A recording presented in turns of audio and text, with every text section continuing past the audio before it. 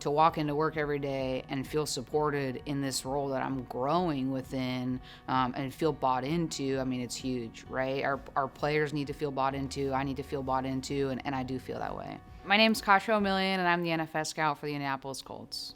Your alignment, what's your assignment? This is your gap schemes right here. Give me My responsibility on the draft days was to go up to the board, our main board in the front, and peel a tag and put it to the corresponding team. Well, we get to our pick.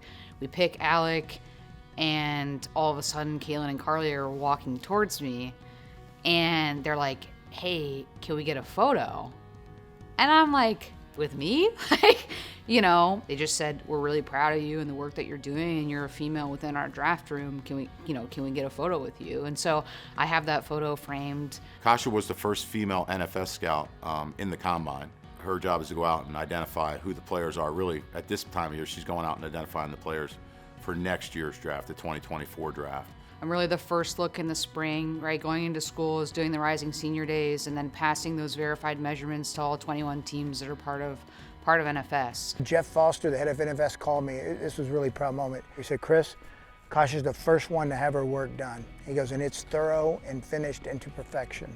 And I said, "I would expect nothing different." I got many calls this year from coaches and schools telling me how impressive she was when she came into school. One, because how professional she was, but two, her knowledge base and how she understood what she was looking at. In a male-dominated profession, that it's not easy for her. But she's not intimidated.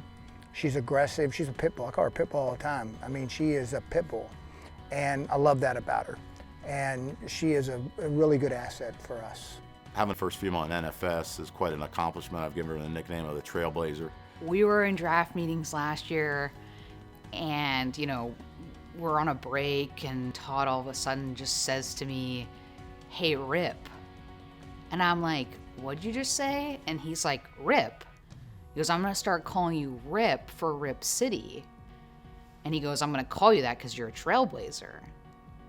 And I had just spoken in the draft room, right? And I was super nervous, and here I was. And to hear that, I was like, oh my gosh. I have a mom who worked in a male-dominated industry, and she crushed it. And she would tell me stories as a little girl of like, these are some experiences I had. And I constantly asked, tell me that story again, like, tell me that story again.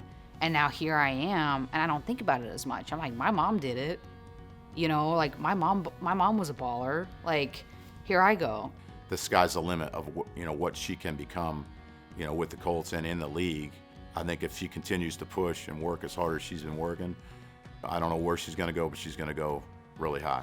Someone came to me the other day and was like, "Hey, were you down in New Orleans, for the HBCU Combine?" And I was like, "Yeah, I was there." I go, "Why? What's going on?" He's like, "Well, my daughter saw you, and she just looked at the TV and said, like, Daddy, she has a horseshoe on her chest."